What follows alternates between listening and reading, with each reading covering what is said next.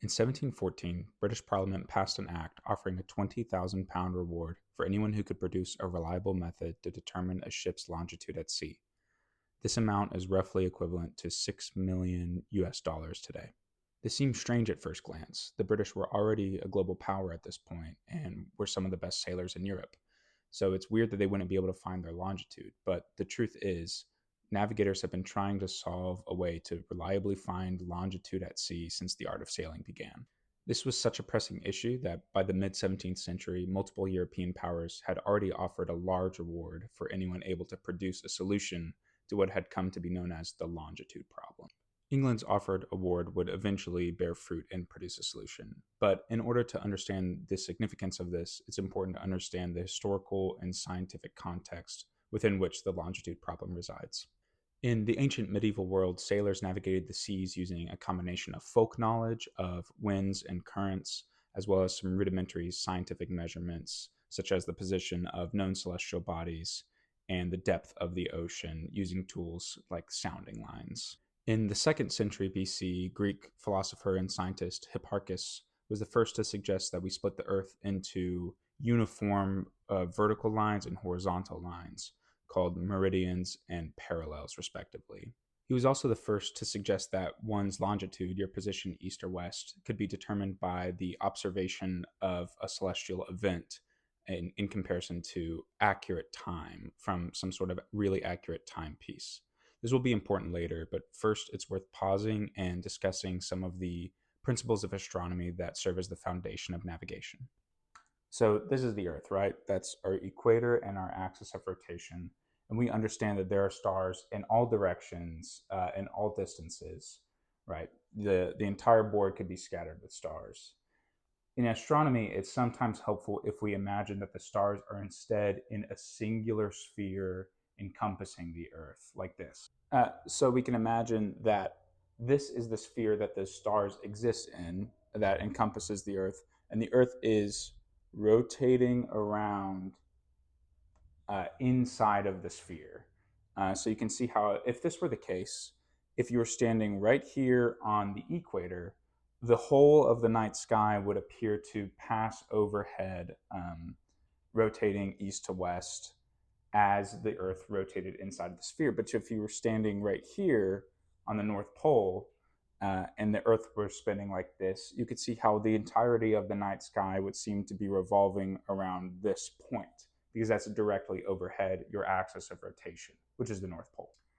In the Northern Hemisphere, we very conveniently have a star placed right there. It's Polaris, the North Star. That's why it appears fixed in the sky, not because the star isn't actually moving, but because it's directly above the Earth's axis of rotation.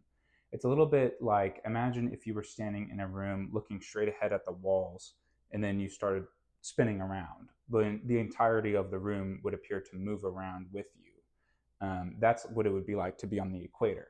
Now imagine, instead of looking at the walls and spinning around, you were looking directly up, and then you started spinning around. There would be a point directly above you on the ceiling that appeared static in the room. That point is the North Star. So how does this information help us navigate? Well, if the North Star is in a static, fixed position in the night sky, let's consider how that would change as we move further south, north or south, along the surface of the Earth. So if I was standing right here on the North Pole, the North Star would appear directly overhead. And if I was standing right here on the equator, the North Star would be just barely hidden below the horizon. You can see how this person standing here has less of an angle to view the North Star with.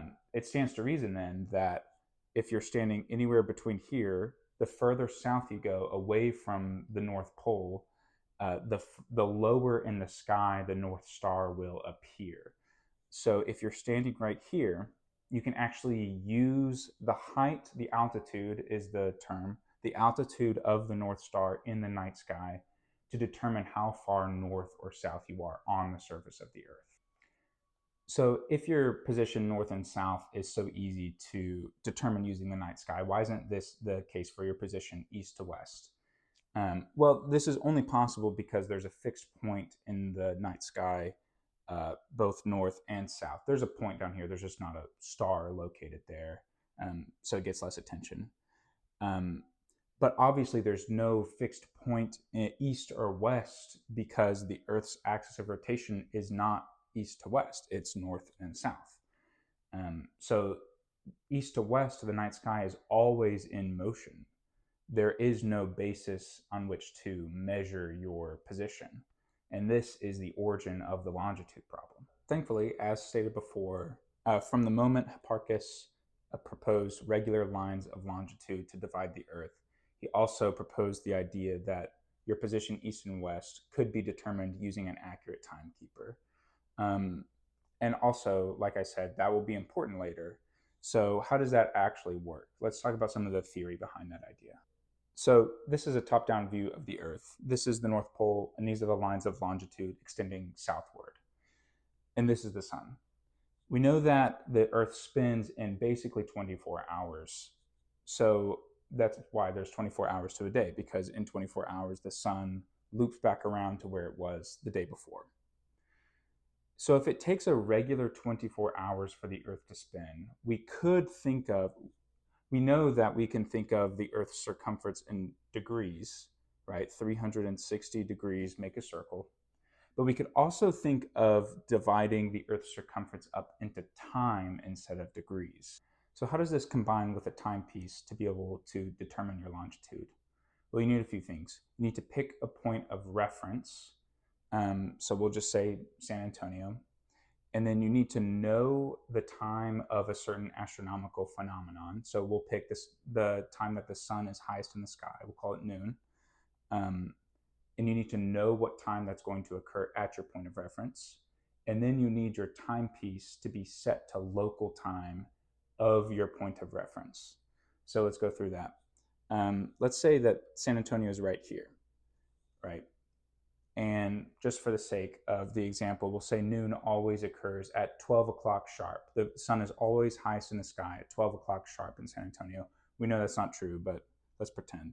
So the sun is highest in the sky, and it's 12 o'clock. And then, a few hours go by, the Earth rotates like this, and suddenly San Antonio is over here. That's our point of reference. And we are right here. And we just observed noon. We just observed that the sun was highest in the sky. And we want to know how far away, I guess, west we are from San Antonio. Well, we check our clock and we see, 2 hours have passed since it was supposed to be noon in San Antonio. And we know that the Earth rotates 15 degrees per hour. And if noon was 2 hours ago in San Antonio, that means we are 30 degrees west of San Antonio. So that's the idea behind using a timepiece to measure your longitude. Medieval and early modern navigators knew this was possible. Like I said, Hipparchus knew this was possible. But in reality, there wasn't a watch or clock on Earth that was accurate and consistent enough to actually be able to reliably use this method. But navigators obviously needed to make do somehow. So, in spite of the lack of a precise solution to the longitude problem, certain methods were developed. Among these, the sounding line was still widely used to measure the ocean's depth. Additionally, there was a method called dead reckoning. Dead reckoning was performed by keeping a precise log of a ship's heading, so the direction it was traveling in, and its speed.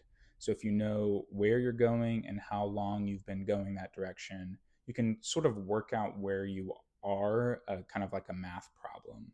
But there are obviously shortfalls to this. There were many unpredictable factors, such as currents and winds changing, as well as imprecise timekeeping methods and speed measuring methods.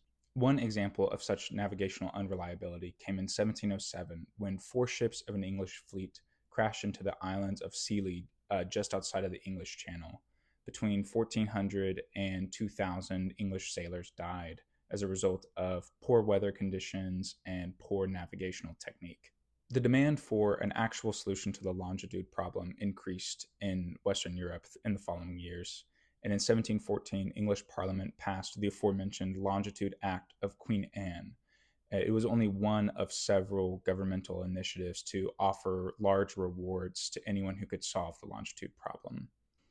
The act opens, whereas it is well known by all that are acquainted with the art of navigation that nothing is so much wanted and desired at sea as the discovery of the longitude, for the safety and quickness of voyages, the preservation of ships, and the lives of men. The act also establishes the creation of the Board of Longitude, a group of politicians, naval officers, and scientists who were tasked with overseeing the experiments that were done in order to solve the longitude problem, as well as awarding the £20,000 reward to the successful inventor. Which brings us to the story of how the longitude problem was actually solved. Brothers John and James Harrison were carpenters in a small town in the countryside of England called Barrow upon Humber, which is the most English-sounding town name of all time. They both took interests in music and clockmaking growing up, but surprisingly little else is known about their personal lives, given their importance in the history of navigation. At some point, news of the 1712 Act and the colossal prize that it offered must have made its way to that countryside town, because the brothers started to set their mind to inventing a clock to solve the longitude problem. As previously stated, a precise enough timepiece would easily solve the longitude problem, but this idea was dismissed by many people who had knowledge on the subject at the time, including the famous Sir Isaac Newton, because timepieces of the era were simply too imprecise. With modern knowledge, we know that this was mostly due to excess friction in the mechanical components, as well as the expansion and contraction of metal as temperature fluctuates.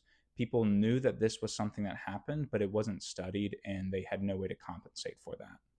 Or at least until 1735, when, without any sort of proper scientific training, brothers John and James Harrison managed to build a timepiece that somewhat alleviated both of these issues.